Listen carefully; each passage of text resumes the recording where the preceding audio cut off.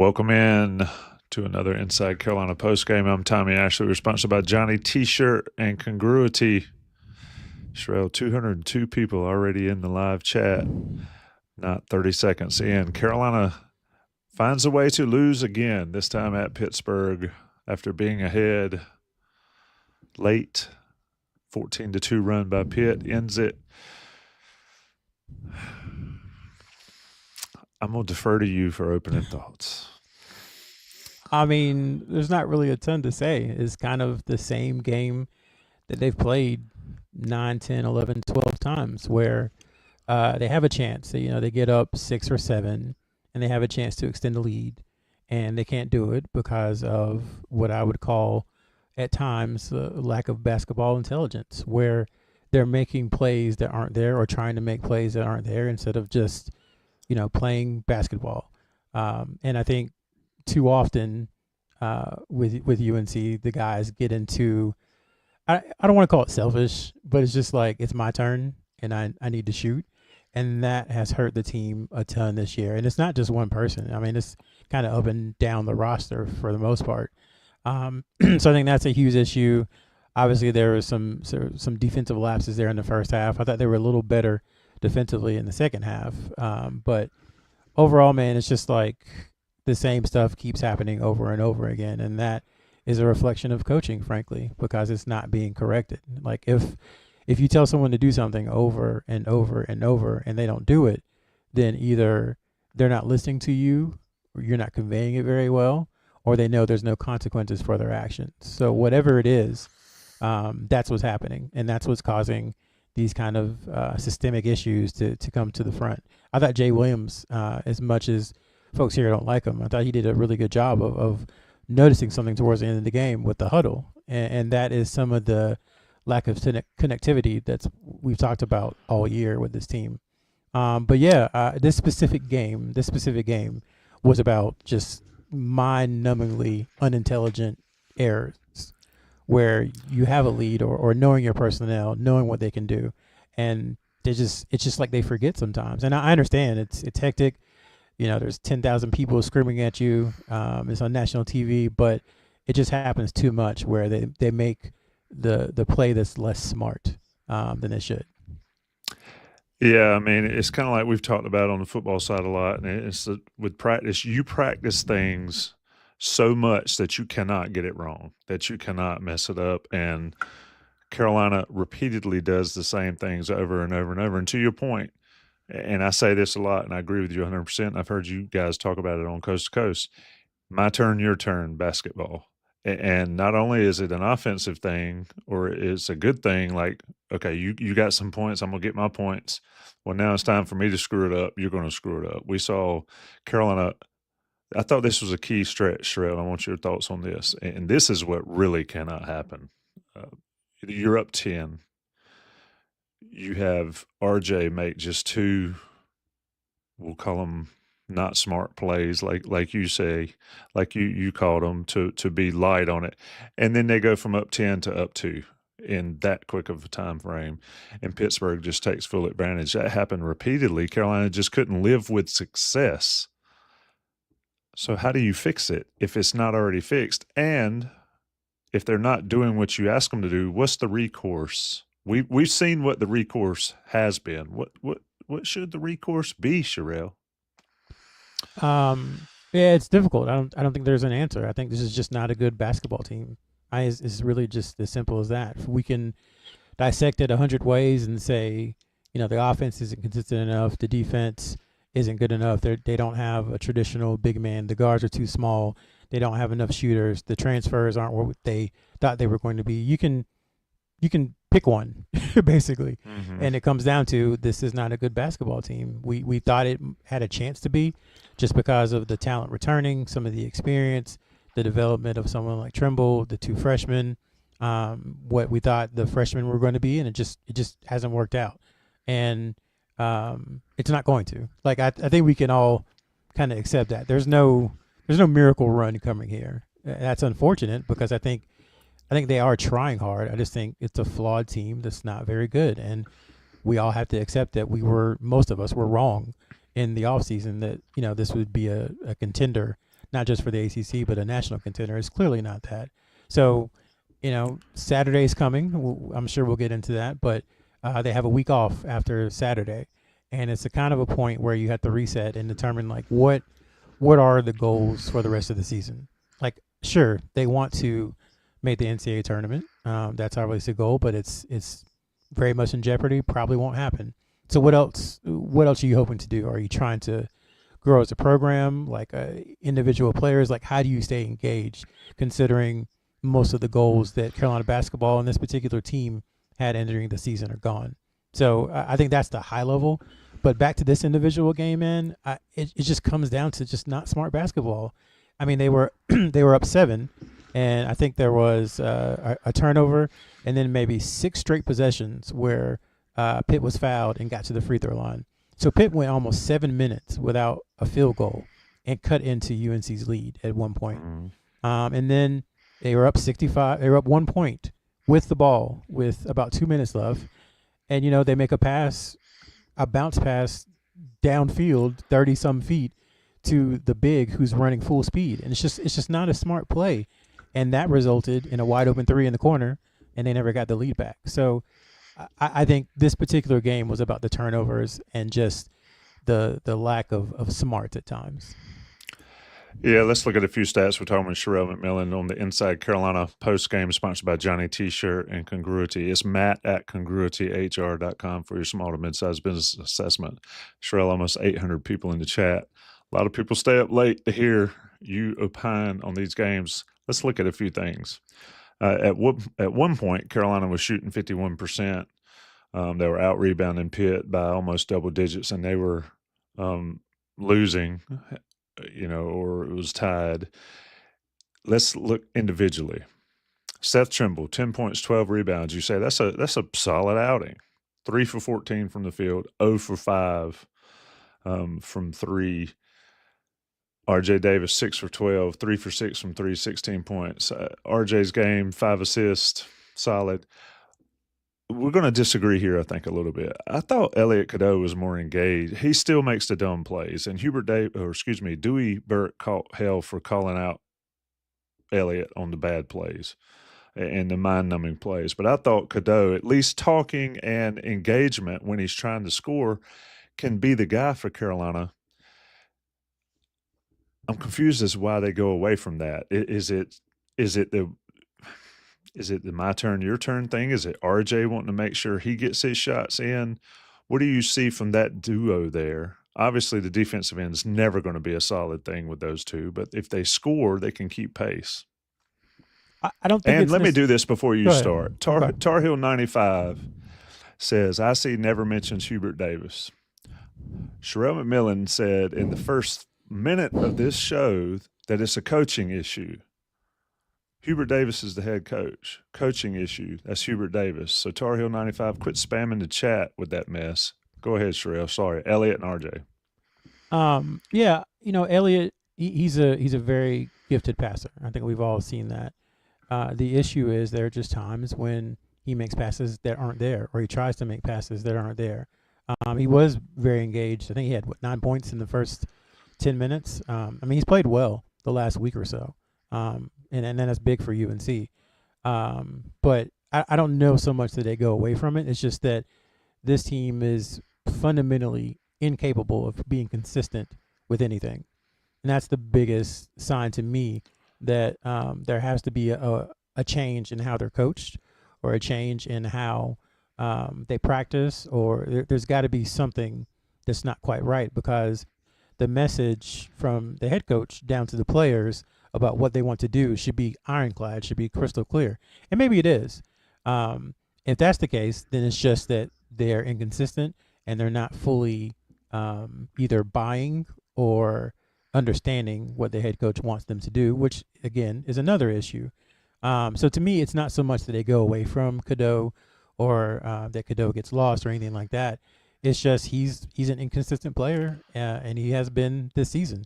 He's had stretches. Now, he was battling some stuff, I think off the court health-wise that maybe hasn't been fully reported. But at the same point, even when healthy, there's just been too many times where he'll make a great play, and then you just kind of throw your hands up in the air and say, what exactly were you thinking?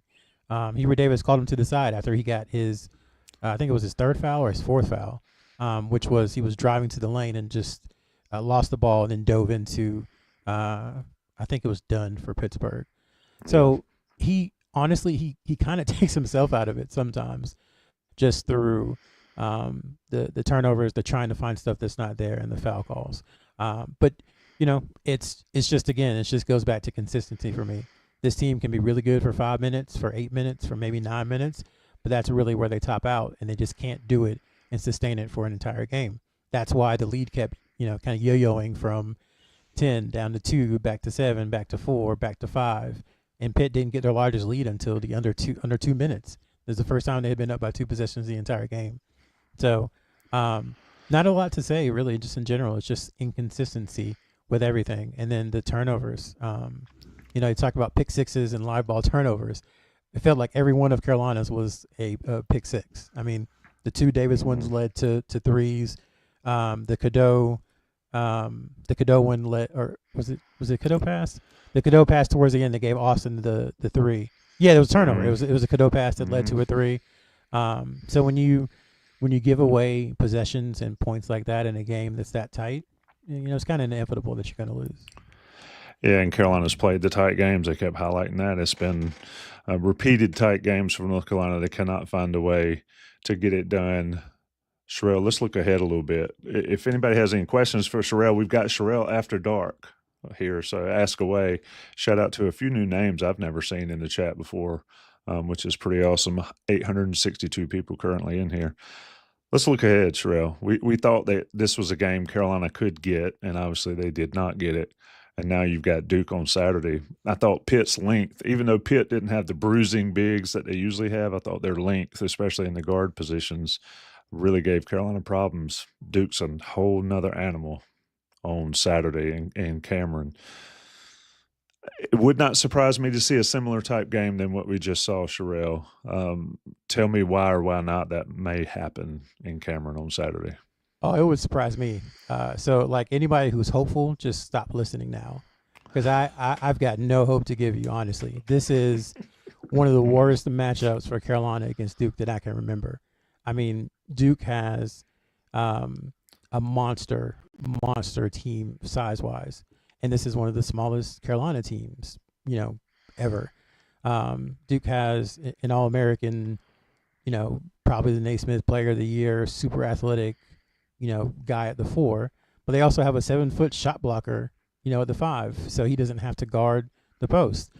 And it's like, okay, well, maybe they can, take advantage from the outside. Well, UNC's front line or UNC's backcourt goes 6 foot, 6'1", being generous, 6'3". Duke's goes 6'6", 6'7", 6'6". So I mean, there is a decided size advantage. It's going to be tough for UNC to rebound. I don't even understand how UNC is going to score, to be honest. Like I said this on Coast to Coast, but I feel for the UNC coach who has the Duke scout, because like how do you figure out a way to score with the way North Carolina likes to play? How do you figure out a way to score when they have that kind of size inside and that kind of size on the perimeter?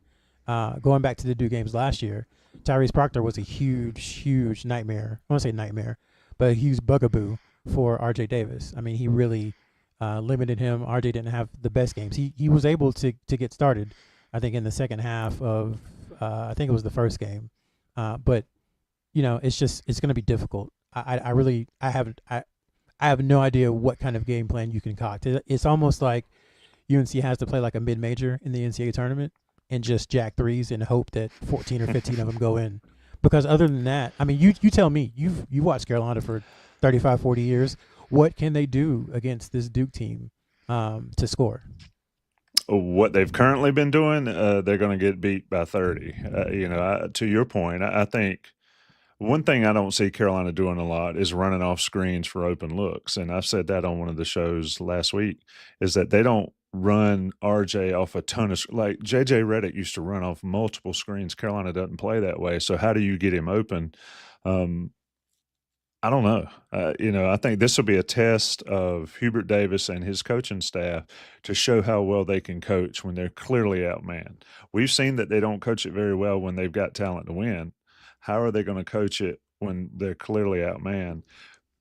Austin for Pitt looked like an All-American tonight, and Duke has how many of those guys, Sherrell?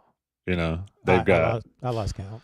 they got like 10 of them. So Right. you're going to have that issue. I think you got to figure out how to get Jalen Washington healthy to give you any sort of defense at the rim, even though we've seen that's not really a thing for him. But it gives you something in the post. And then you've got to have guys that are going to hit shots. And Seth Trimble's got to be engaged. I mean, Seth Trimble has looked completely out of it. I don't know if there's – I don't know if it's turmoil on the court, off the court. You hate to speculate, but there's just times in the last couple of weeks, Sherrell, that he's looked totally disinterested out there. Now, credit his rebounding, and he's played some solid defense, but I'm with you. It's going to take a 35 to 43 effort when you're hitting 16, 17 of them, and then you hope Duke doesn't bring it. And I've been in Cameron, and you've been in Cameron. I understand how it's going to be in that building, especially when they smell blood. I think as we're talking it out, I think perhaps you can try to just attack Duke and get him in foul trouble. Just jump into those. You have to go downhill. Yeah, just go downhill, jump into them, and perhaps you'll get some calls depending on how the game is called. You get to the free throw line. If you can amass 20, 25 attempts, maybe there's a chance and hit your threes, and then don't turn no live ball turnovers. Obviously not no, but minimize the live ball turnovers. And then defensively, I don't know, man. You have to hope that Duke is off because I have a feeling, based upon how they've played other teams with good players like Maxime Reynaud, they're probably going to double. More than likely, I think Drake Powell will probably have the primary assignment, so I'm not sure who they're going to double off of. You would hope that they don't double off of Concanipple, that they don't double off of Tyrese Proctor because he's also shooting, I think, 40%. So find someone, the weakest link to double off of, try to make Flag frustrated and make him force a little bit, and then attack the basket and hit your threes. It's not likely, but I guess there's always a chance in that game. We've seen worse Duke teams play better Carolina teams and take them to the wire or beat them. So I guess there's always a chance, but from the outside looking in, it's hard to see. And I know people will go back to, I guess it was 2017 when Duke had Marvin Bagley and Wendell Carter, and UNC was starting Luke May at the 5 and Theo Pinson ostensibly at the 4. But there's not a Luke May or a Theo Pinson on this team right now. So, we'll see. It's a the tallest of tasks, I think, that UNC has had against Duke in some time. Indeed. And I think, Carol, everybody says throw the record books out. I still remember Corey Maggette slapping the top of the backboard in the Smith Center in that time. I believe you were in school at that time, Sherrell. That was some of your highlights as Carolina basketball fan as a student. But, yeah, I mean, you play the game. Carolina's going to have to hit shots. Carolina's got to be fully engaged, and they need to attack Cooper Flag as much as possible. They need to attack the inside. That's one thing that's frustrating, Sherrell, for me to watch is that Carolina can get downhill. We've talked about the guards get downhill and get to the basket, and then they just don't do it. And then you have RJ trying to take it inside against guys that are 6, 7, 8 inches taller than him. And then you've got a big that won't finish or can't finish for you inside. Anything positive, Sherrell? You're the positive one. That's why I asked you to come on this show, is like to keep it positive. People say I'm too negative. People have said everybody else is too negative that does these with me. So, Sherrell, I need some positivity, my friend. Yeah, I wish I had something to offer, but I just don't. I just don't. There's not a lot to be excited about right now with this particular North Carolina team. I think, because they play guards, could they get hot in March, win the ACC tournament, and do something? You never know, but I think that is one of the more unlikely outcomes. The more likely outcome is that come Saturday, Saturday night about 8:45, they're gonna have 10 losses on February 1st, and that's getting into some rarefied air with some of the, poor North Carolina teams of the last 25 years, I would say. So, it's just going to be do what you can against Duke. And I know this sounds like loser talk and no one wants to hear it, but try not to get embarrassed, and then take the off week, the 7 days you have before Pitt comes to the Smith Center, and just reassess and try to figure out what the new goals are for the season and how you're going to get there. I think that's where this team has to go, and then just take it one game at a time. This is the time for the ultimate cliche of, like, y'all shouldn't be thinking about anything but Duke. Try to look forward, and then once the Duke game is over, take some time away from basketball, and then think about Pitt. And when Pitt is over, you should only be thinking about Clemson. There should be no, what's our net ranking or how many Q. They should not be thinking about it at all. It really is a 40 minutes at a time thing from here on out, and we'll see what happens. Indeed, Carolina falls to Pitt 73-65 in a game probably should have had, but fell apart at the end, as they have in the past with the small things. Hubert Davis likes to talk about the small things. I always think of common denominators in games like this. Carolina with 9 losses, heading to Duke on Saturday. That's Sherrell McMillan. I'm Tommy Ashley. It's been a Johnny T-shirt and Congruity sponsored podcast. Shout out to almost 1,000 folks that have joined us on a Tuesday night. Find some positivity, folks. Carolina Duke Saturday. We'll be back right here. I'm really thinking, Tommy. I'm sitting here like racking my brain trying to think of a positive. And I mean, can you tell me? Is there some? Do you have anything? I thought Ty Claude played as hard as he could. Had a nice rebound on the court. I thought Withers hit a nice 3. I'm not sure why Jalen Withers didn't play anymore after it was clear Lubin. I mean, I don't. There are other positive things in my life, I try to find some. I think you kind of know why Jalen Withers doesn't really play in the second half. Oh, yeah. I understand why. But, I mean, people are asking in the chat. But it's there's some interesting things going on, and I've watched Carolina basketball for a long time. And one thing that I will say this, and I probably shouldn't, one thing that irritates me, and I want your take too, put you in the hot seat, is when we get critical, or media or analysts get critical, everybody says, well, you never played the game at this level and blah, blah, blah, blah. I don't think it takes rocket science to see that what we're seeing this year on the court is not what we've seen for the past 100 years of Carolina basketball. Things change, times change, players change, but there's certain standards, Sherrell, and I think that is the thing that's most concerning for your old heads that have watched Carolina basketball for a long time. Yeah, Fair or not? It's never personal with this stuff. I think people too often think that, Tommy doesn't like somebody or Dewey doesn't like somebody. It's not that. It's talking basketball. And it's just been a weird year, I would say, in general, just from the way the portal went to how everything started to kind of where they are now. And they just have to – the only way out is through, as they say. So that's what they have to do. And the other thing I would add, too, I don't think we're saying anything that the coaches haven't said in the Smith Center. That's the thing. Like, people think that, people who haven't watched the game and don't fully understand, which I think we've all tried to improve our understanding of basketball so that we can talk competently on forums like this.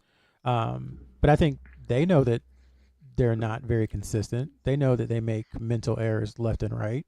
They know that they turn the ball over at key times. They know that at the under 4 timeout, when they have a lead, it feels like there's a 50-50 chance they're going to lose the game. Like, they understand all that. So we're not saying anything, I think, that's rocket science, and we're not saying anything that the coaches haven't said to themselves or to the team.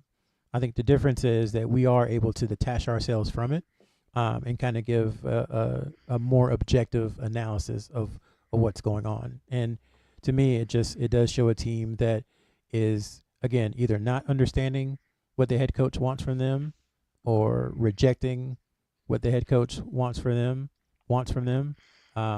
or just not being consistent with what the head coach wants from them. It's one of those 3 things, and either way, it's a problem.